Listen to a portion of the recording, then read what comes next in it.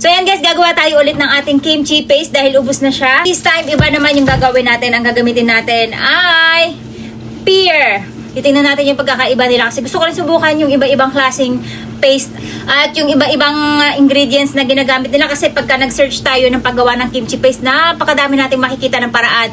So ito yung pangalawang paraan. Una nga, ang ginamit lang natin ay yung labanos, no, tsaka yung sibuyas. This time naman, ang gagamitin natin ay gagamit tayo ng pear.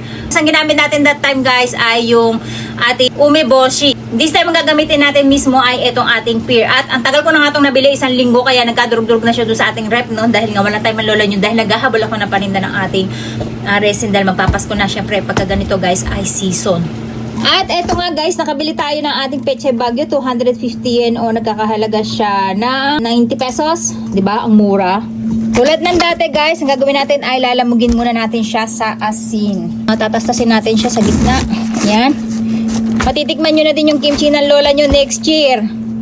Pag uuwi tayo, lagi tayo bebenta ng kimchi. Alam nyo, ewan ko ba sa kanila, gusto nilang binibiyak ko na hindi kinukutsilyo. Pwede naman kutsilyohin, ano?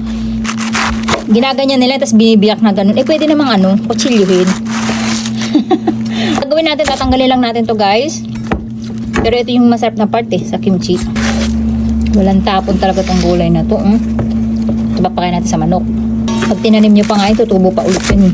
Maghihiwa lang tayo ulit ng ating sibuyas.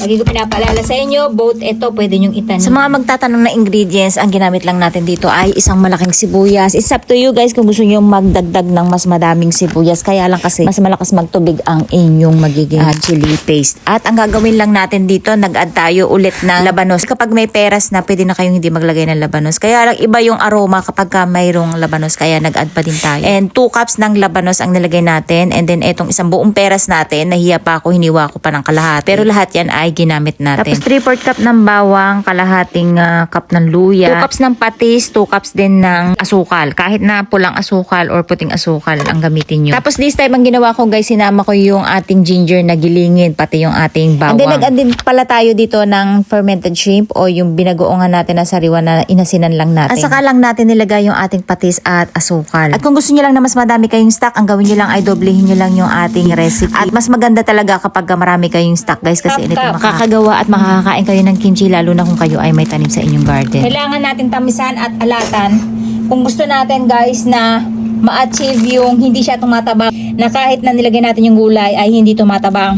Kailangan ay sobrang alatan nyo na at sobrang tamisan nyo na. Yun ang sikreto. At sana lang ay pumula. This time kasi meron tayong pear na ginamit. Ayan, kung makikita nyo guys, masyado siyang matubig. Korean guys, ang nilalagay nila para hindi matubig yung rice powder na ginawang paste. Yun yung magpapaano sa kanya. Kaya lang yung kasi maglagay ng talaga aasim. So ang gagawin natin guys, i-add na natin, natitira nating chili paste. Kasi ang kulang ng ating chili paste, no, at chili powder. Kung ginawa natin, sobrang purong-puro talaga, napakadami niya ng sili. Napakasarap ng timpla natin dito. Kaya lang, nagre-reklamo sila sa anghang para pumula siya lalo. Tapos tikman lang natin. Okay. Sakto lang yung anghang niya. Kulang pa siya sa alat. Kasi kailangan to guys maalat na maalat. Di bale, ang nilagay natin asukal dito ay 2 cup ng asukal. Ngayon kung gusto niyo pang tamisan, it's up to you guys. Masarap kasi yung kimchi pag manamis-namis. Ayan. Kulang sa chili powder guys. Kukulangan ako. Ang dami ko chili powder pero sobrang anghang lalo hindi makakain. Yung anghang niya saktong-sakto lang. Hindi siya masyadong maalat. Hindi siya masyadong maanghang.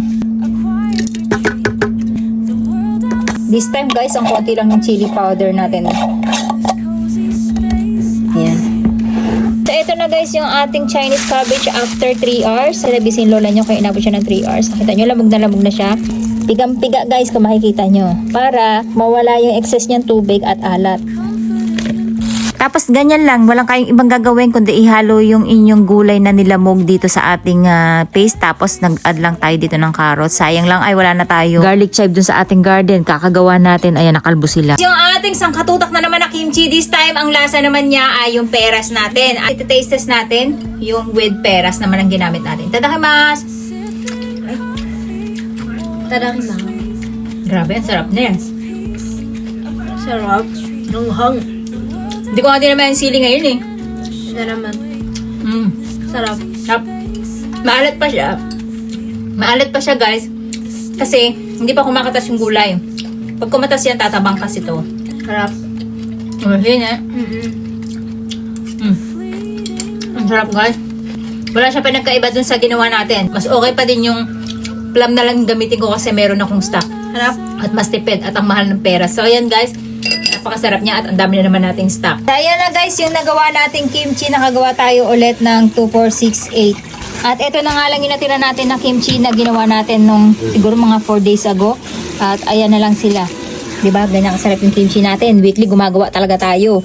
At ang laking tipid. Imagine niyo guys, magkano lang yung binili natin na chili powder na yun. Ang dami natin nagagawa. Diba? Nakailang gawa tayo. Again, puno na naman yung ating lalagyan. At ilang araw lang ay ubos na naman yan. O, diba? Lagi tayo merong kimchi sa bahay na hindi tayo bumibili. A sense of calm, like a song unsung. The world awaits, but I'm ready to face with a warm heart and a coffee embrace. Sweet Life TV and coffee's gentle sway. Find solace and peace in every day.